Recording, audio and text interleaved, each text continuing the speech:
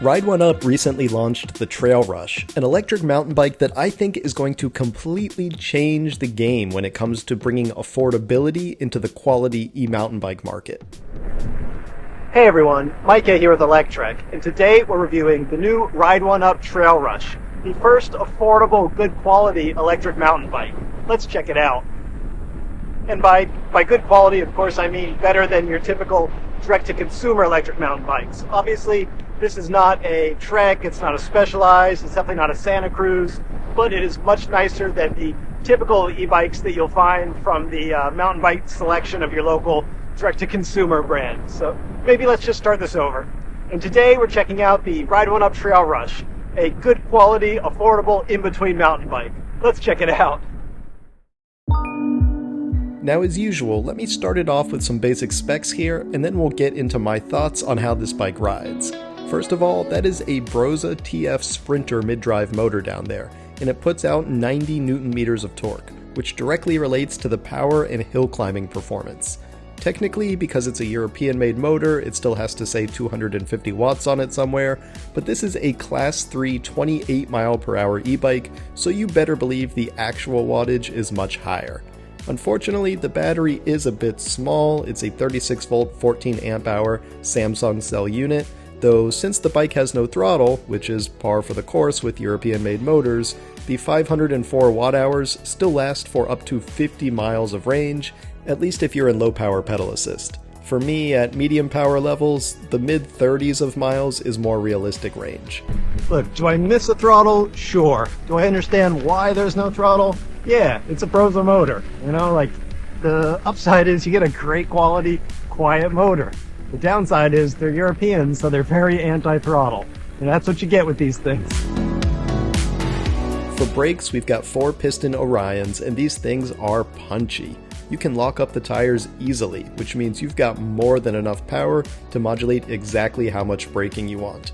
I'm also a huge fan of the dropper post here, which allows you to change the seat height by up to 6 inches from the handlebar button while you're still in the saddle riding. The beauty of the dropper post is that I can drop it down to be real comfortable like this at stops, or if I'm on, really rough terrain and I don't want that thing coming up and punching me right where the sun don't shine. But when I get moving again, I can just lift it back up. So here I'm ready to get rolling, and let's hit it. There we go, and now my saddle is back up high where it's supposed to be. In fact, I got so used to the dropper post that once in a while I'd forget that I hadn't lowered the seat back down when I came to a stop. That's why there's a dropper post, so I can drop it back down when I come to a stop.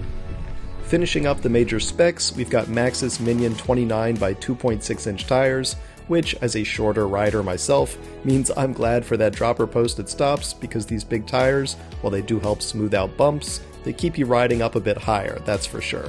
Though there are also 2 frame sizes to choose from with the bike, which helps fit more riders like me. There's also a 10-speed Shimano Diore drivetrain back here, which, paired with that torque-sensing Brose motor, gives you just a great quality transmission, something you would not expect on a direct-to-consumer bike like this. Plus, it's just so quiet.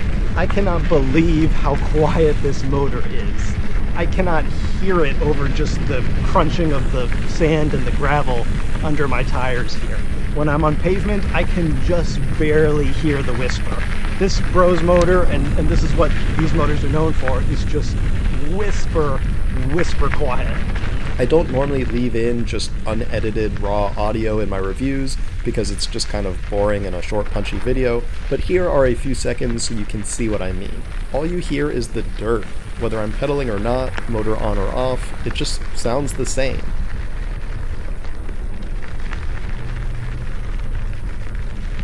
Wild, right?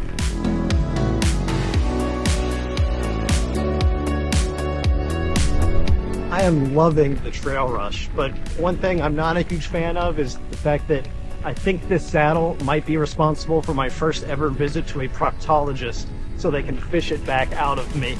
This is not the most comfortable saddle I've been on, not by a long shot.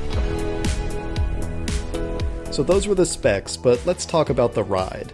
Like I said, it's powerful and it's quiet, 2 things that you don't normally think would go together, but here they mesh so nicely. But even more importantly than just getting good components is getting a good price. A lot of direct-to-consumer brands offer low pricing, but they make up for it with lower quality parts. But what you get here for the MSRP of $2,095 is pretty impressive. That Brose motor is high quality, but so is the Shimano Diore drivetrain, the Maxxis tires, the quad piston brakes, and then there are even the extras like the dropper post and that RockShox air fork. Now sure, it's a Judy Silver RockShox fork, not a Lyric or something crazy high-end like that, but it's still much better than you'd expect on a direct-to-consumer electric mountain bike. The point is, basically every part on this bike is nicer than you'd think you should be getting from an order-it-over-the-internet e-bike. There are even cool little touches like these hidden bosses to add a rear rack if you want to commute during the week and hit the trails on the weekend. For under $2,100, I think this is a great deal for all you're getting here, and it's really going to open the market up so that people who couldn't normally spend the kind of money that high-end electric mountain bikes cost can actually go out and ride trails on a good quality bike. Now it may not rival a $5,000 Bowls or Specialized e-bike, but it's not trying to. It's trying to get you 80% of the way there for 40% of the price, and that's pretty awesome in my book. It is amazing how quiet this motor is. I mean, that's what you get with the Brose, but literally the only thing I hear is the crunching of the ground under my tires. I don't hear the motor at all. So there it is. Thanks for watching, everyone. I hope you enjoyed my review of the Ride1Up TrailRush. Feel free to leave a like or a comment if you did, and don't forget to subscribe so you won't miss any of our future electric vehicle videos. See you next time, everyone.